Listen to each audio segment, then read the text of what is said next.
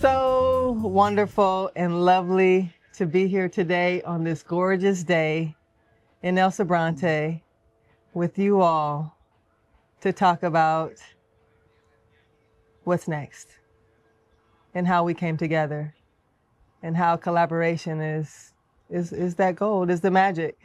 So Jennifer, would you share more about where we are exactly in this land right now?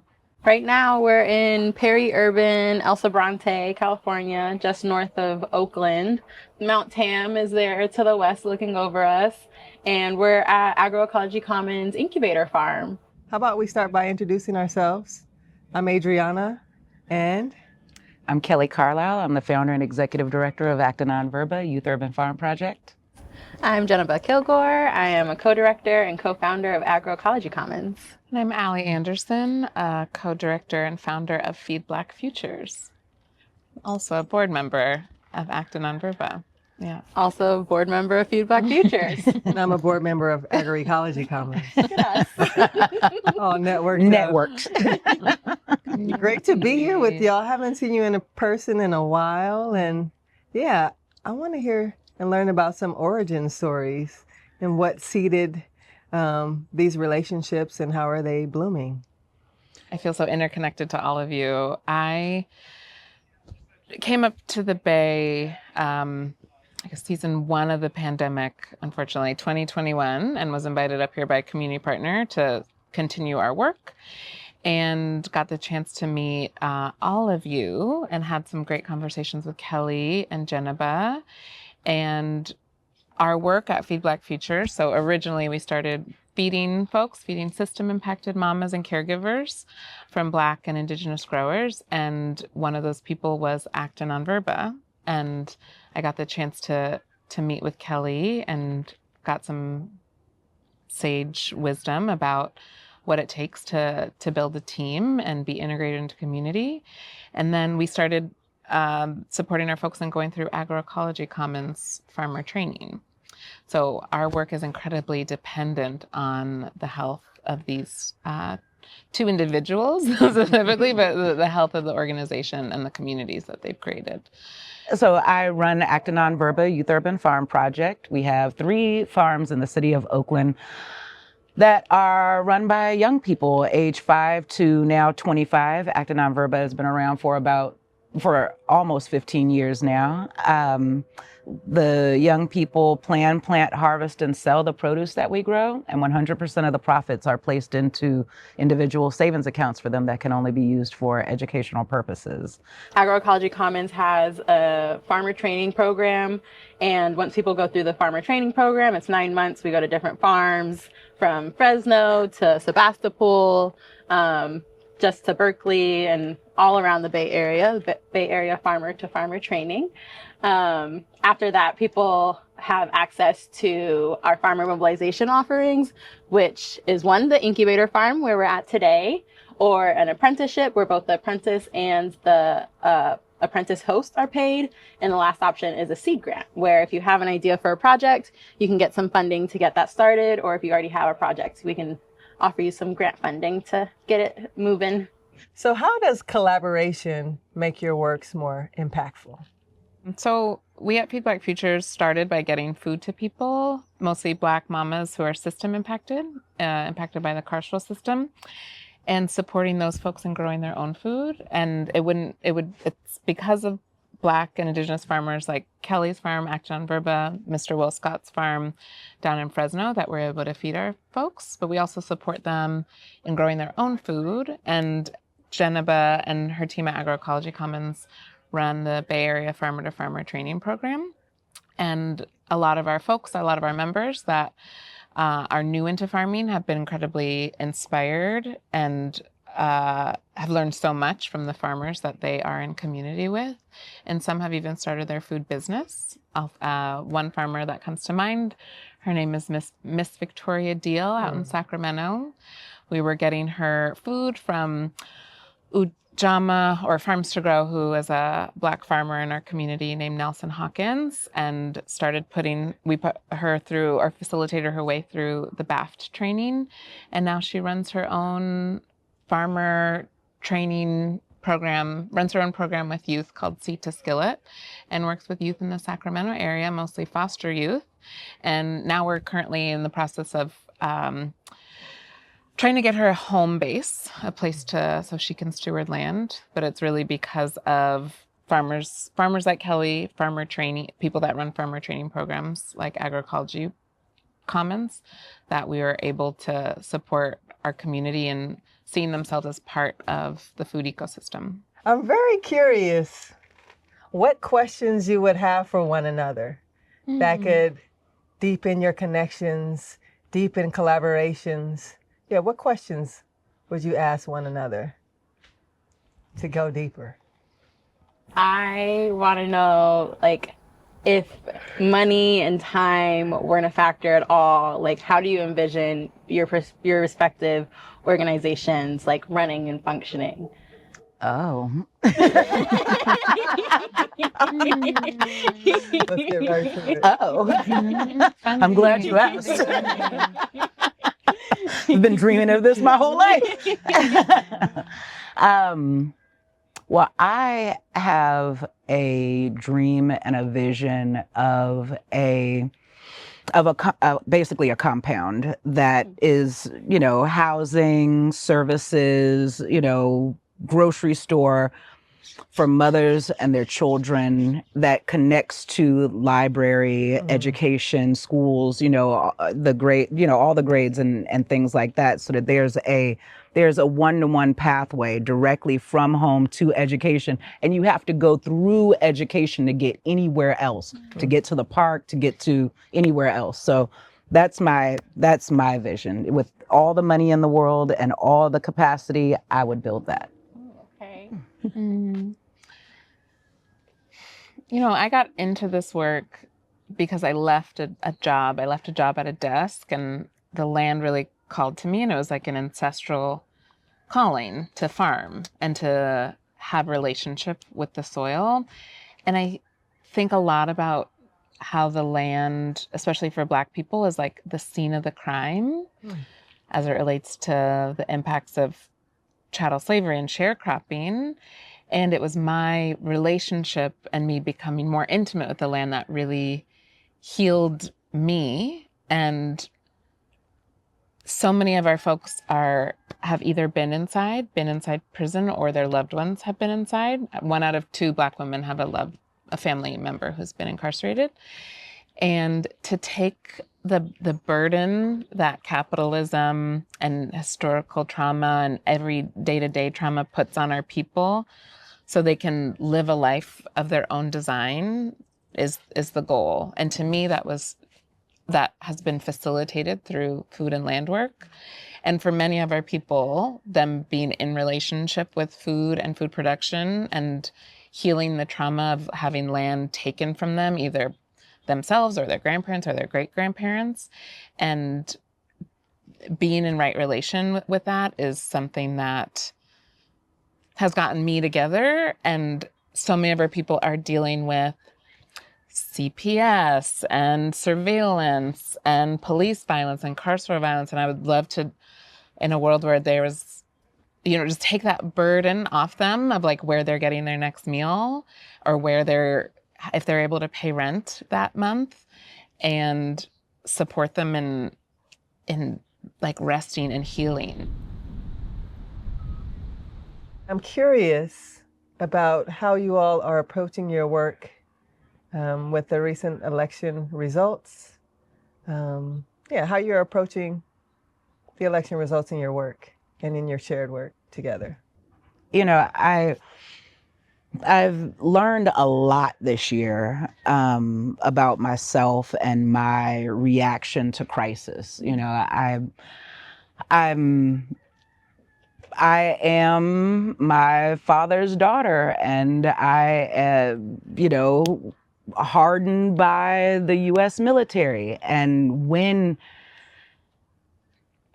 the results came out, and the reality that we're going to have to live through this again hit, it brought all of that back. It brought in the mommy protector. It brought in the hero complex. It brought in all of these things to try to remind myself, we ready. We know what we're doing. We know how to do it, and we're ready. And it is the height of frustration, the height of rage. If you don't mind, just a quick story. The last time this happened, in 2016, we had a field trip of fourth graders at our farm in East Oakland.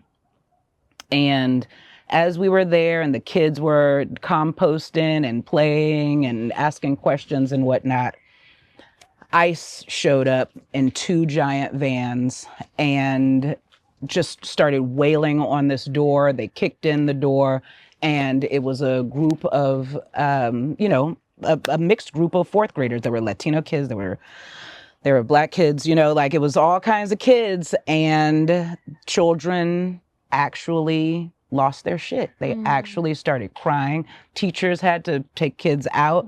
Parents had to come and get their kids. It was wild. This is what we're facing again.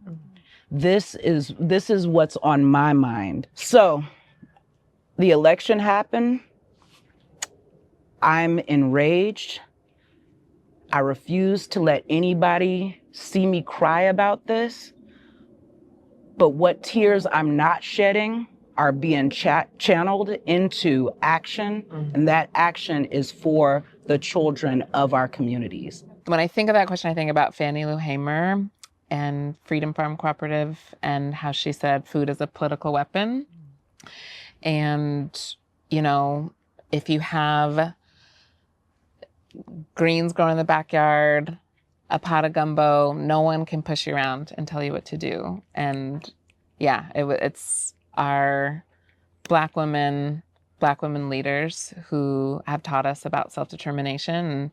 And this will be a hard 4 years. A lot of our folks, about 90% of our folks are on public assistance, whether that's SNAP, WIC, Medicaid. And it's now more important than ever to fund this type of work, fund the work that is supporting self-determination and direct service. Yeah, so what and how do you wish more funders would support the food ecosystem? I wish funders would come to the I wish they would come to it as a relationship versus as it feels like a test sometimes. And so there have been so many funders that are, I'm so excited about your work but I can't fit you into this box. And I'm like, first of all, we only had one conversation. We can work me into a box. Right. Second of all, be flexible. Why don't we explore? Right. Let's be flexible. Let's explore, how does it, how can we make it work? Maybe I didn't choose these right words in this one application, but if we sit down over a meal and have a conversation, maybe we can figure out how it does align and how it does make sense. And so I wish there was more focus on the how versus the what. And I guess it could also be reversed in a certain way too. But again, it's just more so having that exploratory conversation versus just limiting our work to a piece of paper. There are funders who do this, who fund ecosystems, and a way to, I think, strengthen that ecosystem is to provide that multi-year general operating support, unrestricted. We don't need XYZ requirements. And if there is an evaluation, we evaluate you right back. We provide you with an evaluation as well about how well you've been supporting us. And also determining what our metrics are, not the funder imposing that on us, but us saying, this is what our work can show, and these are the metrics that we will judge ourselves by. I've not had I've had very few funders ask me, who else should we fund in your network? And I'm going to say, at the end of every meeting I have with them, is I need you to check out Acton Verba, I need to check out Agroecology Commons. I need to check out all these other people, because our organization only runs if if our community is well funded and fed and healthy. I wish that the burden of proving that we're a real organization, or what our impact was, or what our business is, was not impacted by the fact that this world hates Black women. That they don't trust us. They don't trust us with money. They don't trust us with programming. They don't trust us to run the country. No matter how long you've done it, no matter what your qualifications are. We all grew up hearing that we had to be twice as good. But we see we can be 4 times as good and still not get what we've worked for, what we've earned. That's a much bigger problem than just funding nonprofits. But it's another indicator. It's another moment in a day when you're already trying to, keep kids on the right path. You're already trying to be equitable in your work practices. You're already trying to make sure that you're putting good, positive vibes out into the world. And then you have to find the person that knows the person that you can ask, may I please apply? To your point, Kelly, there's this ecosystem we're a part of. And what I wish a funder would ask me is, who else needs to be funded in your ecosystem for Feed Black Futures to be well? And I need them, which is, I try to do this, and you both do this for me, is like, oh, this funder, I need you to also make sure money is flowing to these people in the ecosystem to keep us healthy and maintain our work, because our work is so interdependent and interconnected. And I think the funders that have been just stay with me here, the funders of my heart have been the ones that fund us with dollars, but also there are other things that they help us with as well. Yeah.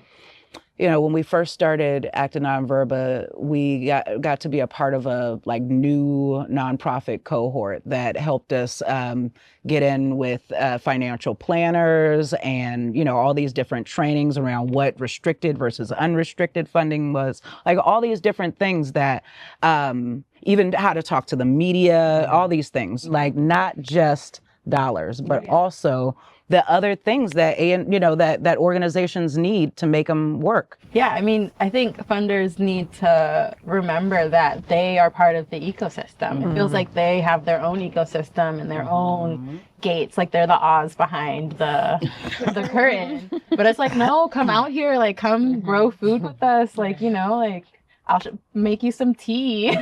Yeah. Enjoy the sunshine with us. Exactly. And but what you were saying about saying the wrong words, that has long been a way to block organizations, block individuals from advancing. You said that you were a part of food justice and not food sovereignty. Food sovereignty, right? Exactly. That's a really good one. I remember one of my first really traumatic moments talking to a funder one-on-one was that funder asking me, I'm not seeing it, Kelly. I'm not seeing Acton Verba. How are you creating systemic change? And that jacked up my world for 2 years.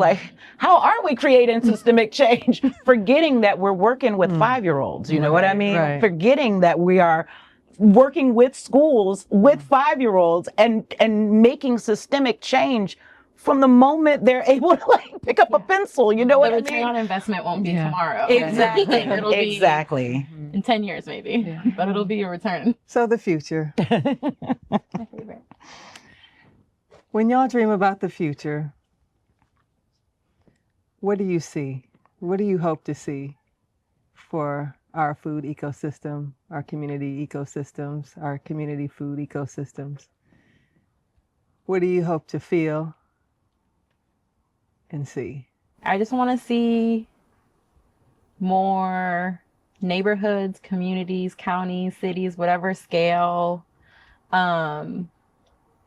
being in relationship with each other to nourish each other and nourish each other in the literal sense of food, but also nourish each other. Like, this is nourishing. Like us sitting here in the sun outside, this is nourishing.